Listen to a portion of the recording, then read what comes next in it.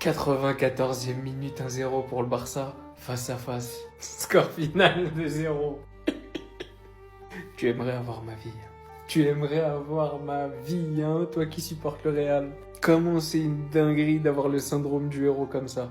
Il appuyait juste sur croix et on allait au tir au but. Mais il appuie sur carré et il est tombé sur Johan. Je rigole tellement il est fort. Toutes les actions hors jeu du soir, elles ont fini au fond des filets. La seule qui n'était pas hors jeu, il a arrêté. Victoire mes frères en Copa del Rey. Face à une équipe qu'on risque de recroiser la saison prochaine en Liga. La Copa del Rey c'est devenu le tournoi des 3 sorciers en fait, moi j'ai capté. Des 2, des 3, peu importe. Personne n'est à l'abri. Bon, on s'est fait peur sur la fin de match, on va pas mentir. Hein. Mais qu'est-ce qu'on va retenir? Le but de Ferran, triple du gardien. La passe fantastique de Fermin sur le but de Ferran. Qui d'ailleurs au passage est déjà à 17 buts et 2 passes décisives cette saison. Dans le plus grand des calmes. Une 11e victoire consécutive depuis la désormais légendaire interview d'après-match d'Hansi Flick. Des choses vont changer au Barça. 11 victoires sur 11. Et Lamine Yamal on fire. Aujourd'hui, il fait son match, très bon match. Et il méritait son petit but. Rafinha lui a offert. Cette saison, 25 matchs, 10 buts, 14 passes D. Force aux équipes pas qualifiées. Hein. On est pas ensemble. Barça 2-0, qualifié. Après ce but de Lamine Yamal. Magnifique. Magnifique contre-attaque. Mais tu t'es quand même fait peur aujourd'hui. Tu t'es quand même fait peur. Hein.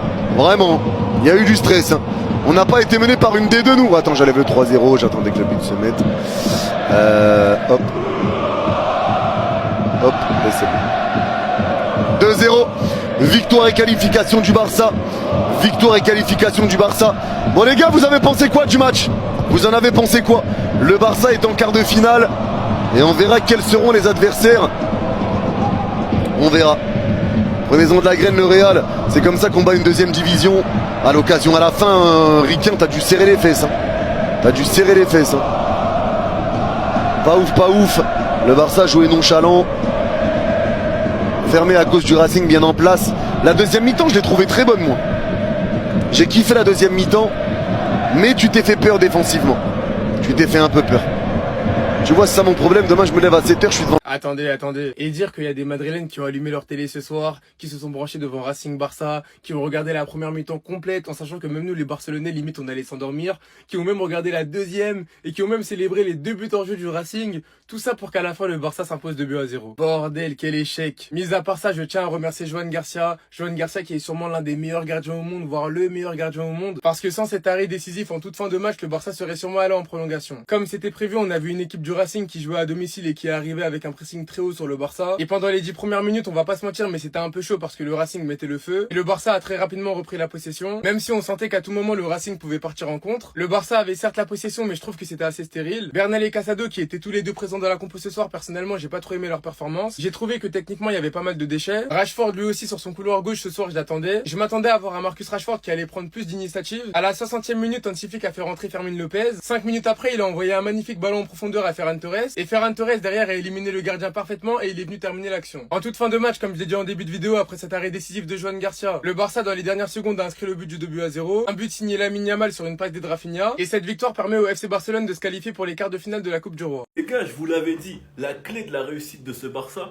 passera par la régularité de Fermin Lopez. Et qui est devenu régulier? Fermin Lopez. Son entrée a tout simplement été game changer. Regardez juste le bijou, la passe que Fermin Lopez envoie à Ferran Torres. Et des caviars, c'est pas la première fois qu'il en envoie cette saison. Regardez juste Fermin Lopez sur les derniers matchs. Double passeur face à Espanyol, double passeur et buteur face à Bilbao. Passeur contre le Real et ce soir passeur face au Racing. Sachant que le Barça était en train de souffrir. Fermin Lopez rentre à la 59e minute et fait marquer Ferran Torres à la 66e minute. Il a tout simplement été game changer, il a ouvert ce match qui était très compliqué. Regardez juste le nombre de lignes qui cassent en seulement une passe. Cette saison, Fermin Lopez est à 8 buts, 10 passes D, 18 de GA. Il nous sort une excellente saison tout en étant en concurrence avec Olmo. Sachant que Olmo aussi est bon cette deuxième partie de saison. Il faut aussi parler de Ferran Torres qui se débrouille, qui est actuellement le meilleur buteur du Barça. Si on m'avait dit ça il y a 3 ans, j'y aurais jamais cru. Il est actuellement à au moins 15 buts. Sachant qu'il était très attendu ce soir, car le Racing avait publié cette photo à droite sur leur page officielle avec un groupe de poissons qui forment un requin à côté d'un grand requin bleu qui doit sûrement représenter Ferran Torres. Et il a été buteur. Sinon vous les gars, vous en pensez quoi? Ramenez-vous sur Snap Ensemble, on s'ennuie.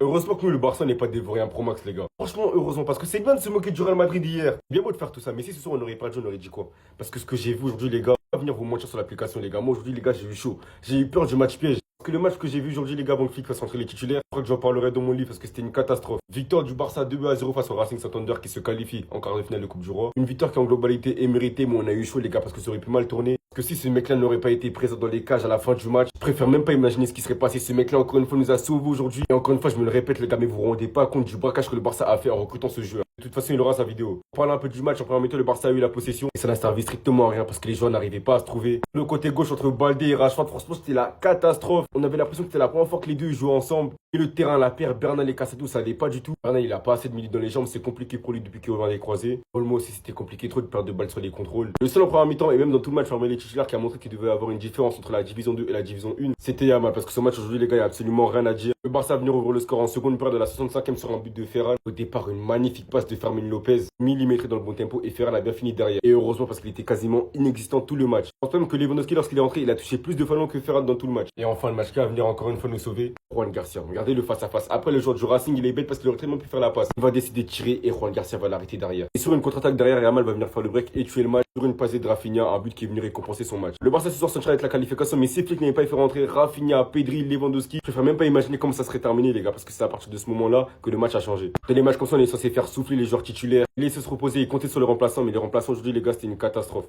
Hier, on a vu le Real Madrid se faire surprendre face à une équipe de deuxième division et se faire éliminer de la Coupe du Roi en huitième de finale. Pour la première d'Arbeloa, c'est une première catastrophique. Et aujourd'hui, c'était au tour du Barça de jouer et le Barça va passer.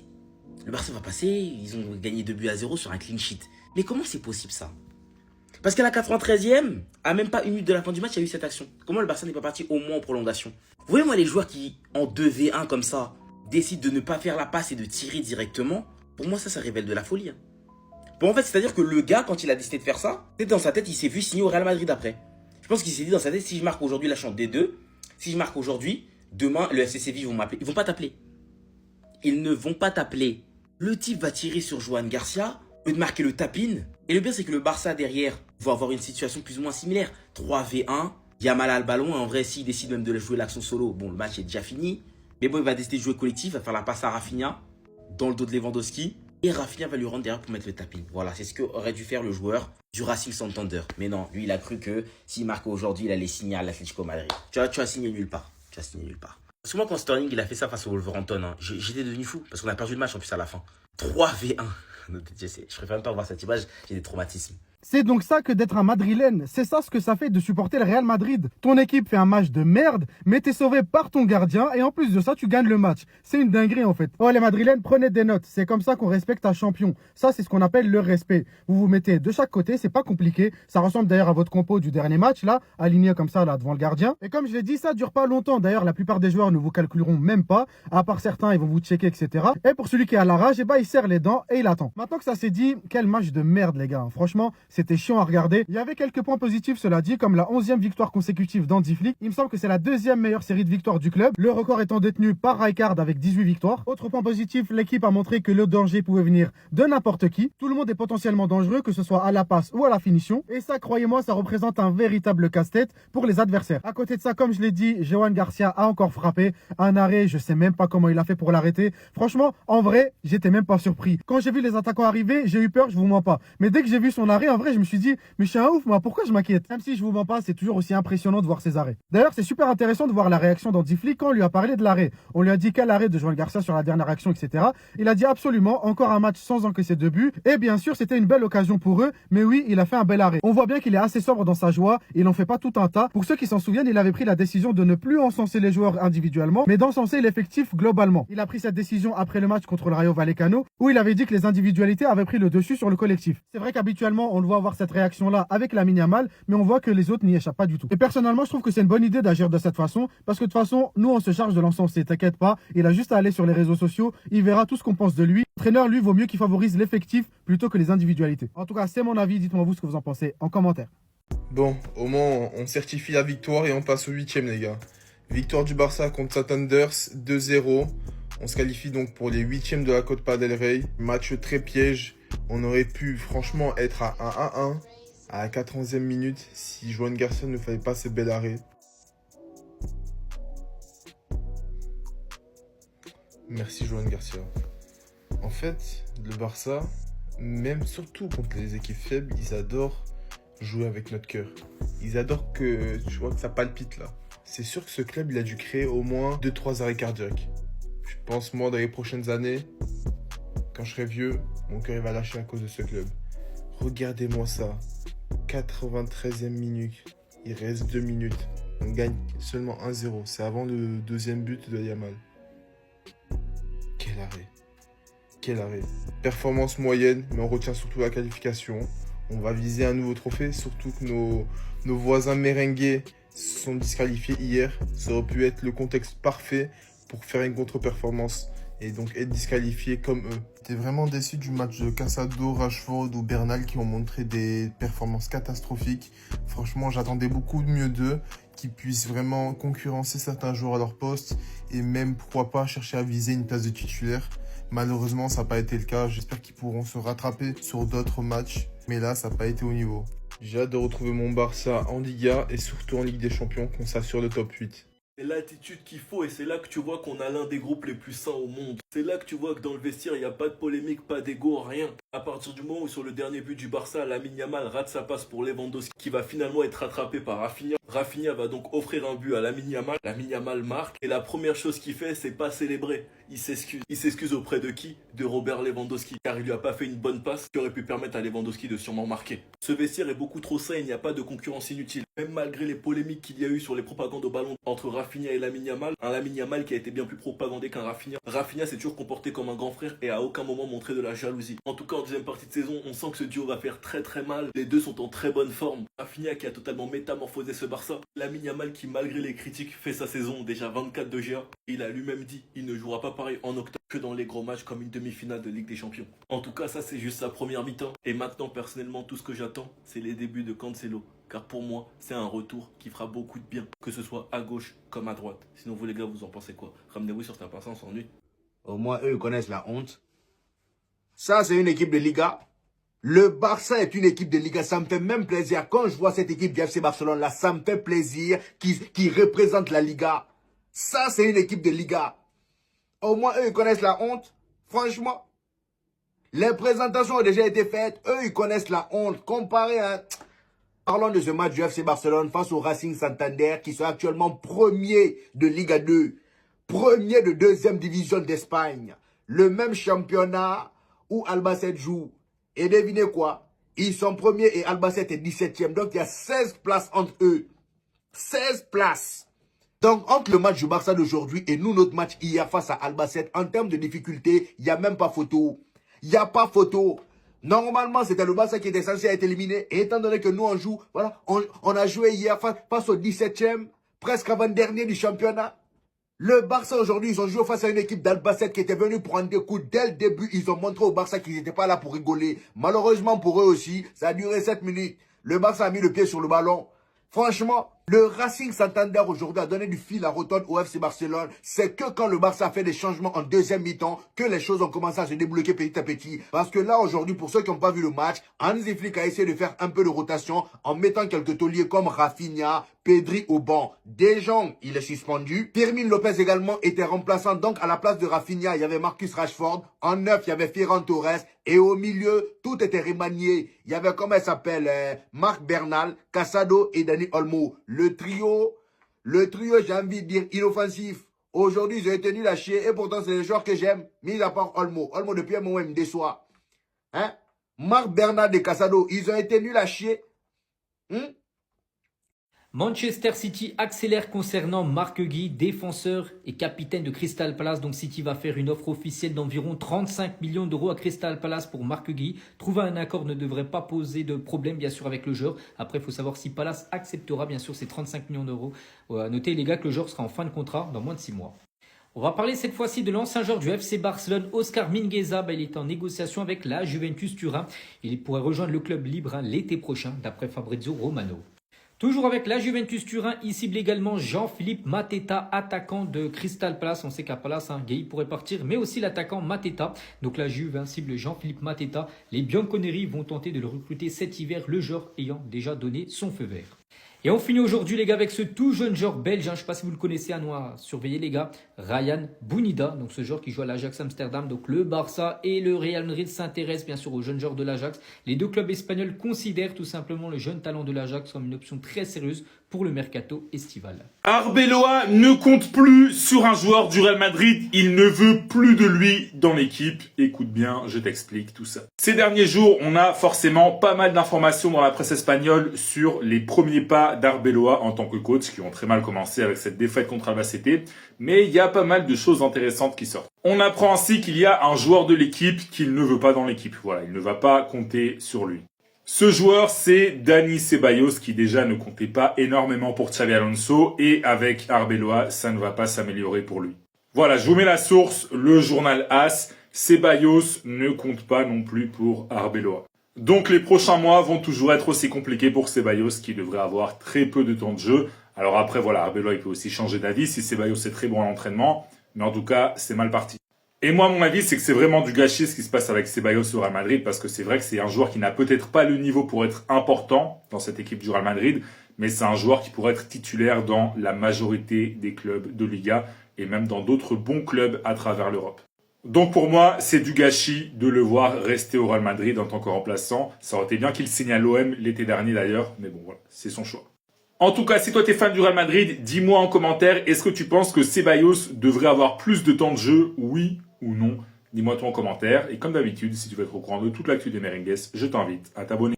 Les transferts officiels du vendredi 16 janvier, c'est parti. On commence tout d'abord avec un nouveau joueur du côté de l'AS Roma. Hier, c'était Robinho Vaz, c'était officiel. Aujourd'hui, c'est l'attaquant néerlandais Daniel Malen. Donc c'est officiel, Malen signe du côté de l'AS Roma en provenance d'Aston Villa. Prêt payant de 2 millions d'euros avec une option d'achat fixée à 29 millions d'euros.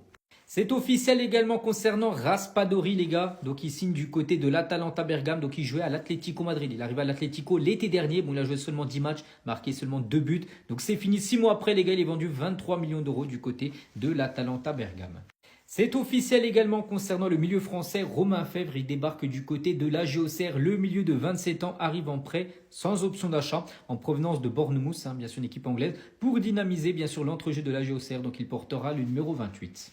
Et on finit aujourd'hui avec une prolongation de contrat officielle. C'est Giuliano Simone, le fils du coach en gros. Voilà, donc officiel, Giuliano Simone prolonge jusqu'en 2030 à l'Atlético Madrid. Le fils de Diego Simone dispose maintenant d'une clause libératoire de plus de 500 millions d'euros. Le défenseur autrichien du Real Madrid, David Alaba, devrait quitter le club en fin de saison. N'oubliez pas les gars, c'est l'un des plus gros salaires quand même du côté du Real. Il est souvent blessé, il ne joue pas, donc c'est un gouffre financier. Il va partir. Le Beşiktaş s'intéresse à David Alaba. Le défenseur autrichien sera libre de tout contrat à la fin de saison. Et le Real Madrid, bien sûr, ne le prolongera pas. Toujours du côté du Real Madrid, on va parler de Vini les gars. Le Real Madrid espère pouvoir relancer une discussion autour de la prolongation de contrat de Vini Junior. Donc le départ de Xabi Alonso pourrait bien faciliter bien sûr les négociations parce qu'en gros le joueur ne voulait pas prolonger tant que Xabi Alonso était coach du Real. Donc vu qu'il est plus coach, donc on pense que ça pourrait bien sûr s'accélérer. À noter les gars, c'est pas qu'il prolonge, qu'il est sûr de rester. Moi je le vois toujours quitter le Real Madrid les gars en fin de saison, mais bien sûr s'il prolonge son contrat, il coûtera beaucoup plus cher. Des nouvelles concernant notre Brésilien Douglas Costa, on n'a pas oublié ce joueur à l'époque, il jouait à la Juventus Turin, c'était un très bon joueur les gars. Donc il devrait s'engager avec le club de Chievo Vérone en Série D, 4e division italienne. Et on finit aujourd'hui avec le Turc Hakan Çalhanoğlu. Et l'Inter Milan ne veut pas laisser partir tout simplement le milieu de terrain. Aucune réunion n'est prévue avec le Galatasaray parce que le club turc aimerait l'avoir. Mais l'Inter bien sûr souhaite le conserver. Il y a deux joueurs du Real Madrid qui risquent de très peu jouer avec Arbeloa, surtout après ce qui s'est passé contre Albacete. On va voir ça tout de suite. Cette défaite contre Albacete en Coupe du Roi, elle va laisser des traces et il y a des joueurs qui risquent de payer très cher le fait d'avoir été mauvais. D'ailleurs, tout à l'heure, je vous ai fait une vidéo avec plusieurs joueurs qui auraient même été mis en vente après ce match par Florentino Pérez. Mais là, on va parler de deux joueurs qui devraient rester au Real Madrid, mais qui risquent de perdre énormément de temps de jeu après leur nouveau mauvais match contre Albacete. D'abord, on a Franco Mastantuono. Alors lui, bon, j'ai presque envie de dire qu'il est mort dans le film, parce que déjà, avant, il ne jouait pas énormément. Là, sur la fin de l'aventure, Xabi Alonso, il ne joue pratiquement pas. Et là, il a fait un match éclaté contre Albacete. Donc, il y a de grandes chances qu'on ne le revoie plus beaucoup d'ici la fin de la saison. Et le deuxième joueur qu'on risque de bien moins voir, alors lui, c'est un joueur qui jouait quand même pas mal dernièrement, c'est Arda Güler. Parce que ça fait quand même déjà un petit moment qu'il est moyen. Voilà, il est jamais mauvais, mais il est jamais bon. Voilà, il est toujours à un niveau plutôt moyen. Et contre Albacete, ça a encore été le cas. La source de ce que je raconte, c'est le journal AS qui explique que les deux joueurs sont tout simplement en danger. Ils sont loin de faire l'unanimité à Madrid et tout indique que ces prochaines semaines, leur temps de jeu va encore baisser. Alors Mastantuono, ça va être compliqué parce que déjà que dernièrement, il ne jouait pratiquement pas. Mais Arda Güler, lui, il pourrait bien faire un tour sur le banc. Donc voilà, si toi t'es fan du Real Madrid, dis-moi dans les commentaires qu'est-ce que tu penses de Arda Güler dernièrement. Est-ce que tu penses qu'il doit être titulaire ou est-ce que tu penses qu'il doit être remplaçant? Et pareil pour Mastantuono, titulaire ou remplaçant. Bref, dis-moi pour les deux dans les commentaires. Et si tu veux être au courant de toute l'actu des Merengues, comme d'habitude, je t'invite à t'abonner.